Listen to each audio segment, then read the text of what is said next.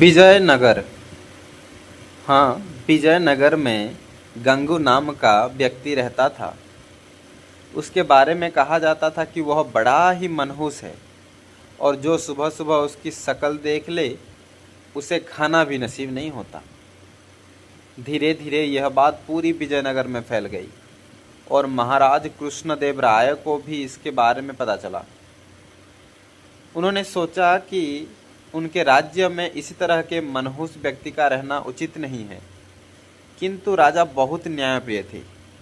उन्होंने सोचा कि पहले वो यह देखना चाहते हैं कि इस बात में कितनी सच्चाई है।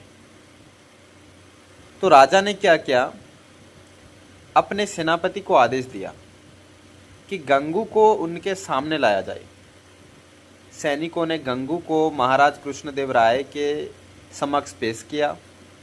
महाराज कृष्णदेव राय जिस कमरे में सोते थे उसी में गंगू के लिए भी व्यवस्था लगाया गया और सुबह जब राजा सोकर उठे तो उन्होंने सबसे पहले गंगू का ही चेहरा देखा।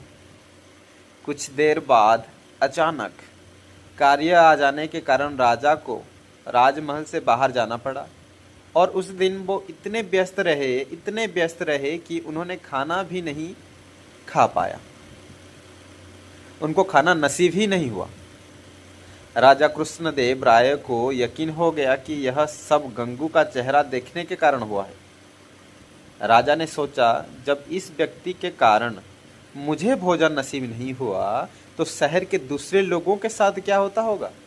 ये राजा के मन में ख्याल आया। फिर राजा गुस्से में गंगू को फांसी पर टांगने का आदेश दिया। यह बात पूरे राज्य में फैल गई कि कल गंगू को फांसी दी जाएगी।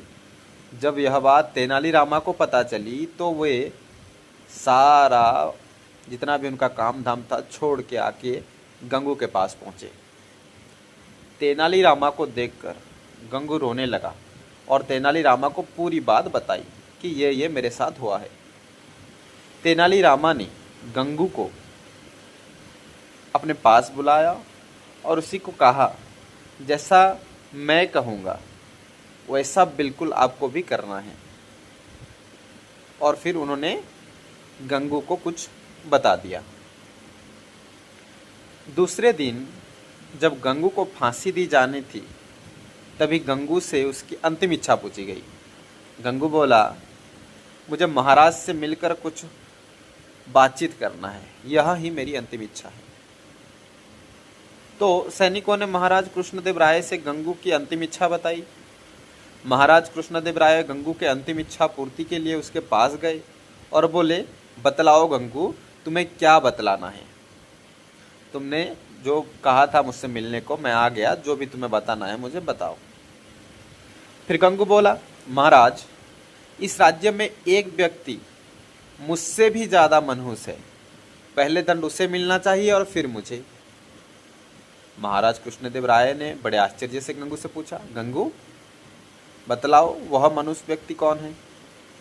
गंगू बोला, महाराज, वह मनुष्य व्यक्ति कोई और नहीं बल्कि इस राज्य का राजा अर्थात आप हैं। यह सुनने के बाद तो महाराज जो कृष्णदेव राय हैं अत्याधिक क्रोधित हुए और बोले, जानते हो गंगू, तुम क्या बोल रहे हो, इसी के बदले तुम्हें दंड भी मिल सकता है। गंगू बोला, महाराज, मृत्यु दंड से बड़ा कोई दंड हो सकता है क्या। यह तो आप मुझे दे ही चुके हैं। कृपया आप मेरे विनती सुन लें, इसके बाद आप जो भी दंड देंगे वह मुझे स्वीकार ही होगा।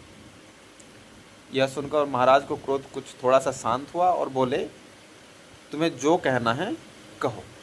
गंगू बोला, महाराज, कल सुबह जब आपने मेरा चेहरा देखा तब आपको दिन भर भोजन मिला ही नहीं, आपके नसीब में भोजन छूट गया और आपने मुझे मनहूस समझकर मृत्युदंड दे दिया।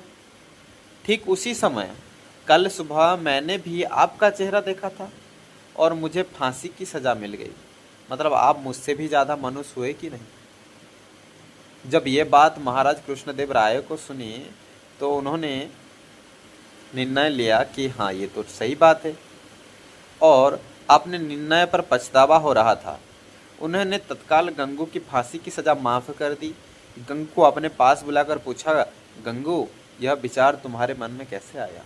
गंगू बोला, महाराज, मुझे तेनालीरामा ने यह सब करने की सलाह दी थी। महाराज कृष्णदेव राय ने गंगू को सबूत,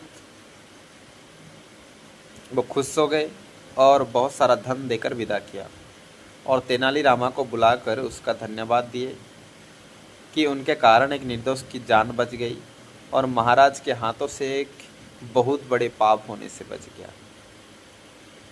तो ये एक मज़ेदार कहानी था। आप लोगों के लिए कैसा लगा कमेंट सेक्शन में ज़रूर बताइए, और अच्छा लगा और इसी तरह और भी मज़ेदार कहानी आप सुनना चाहते हैं तो हमारे चैनल को सब्सक्राइब कीजिए। Thank you so much for listening us.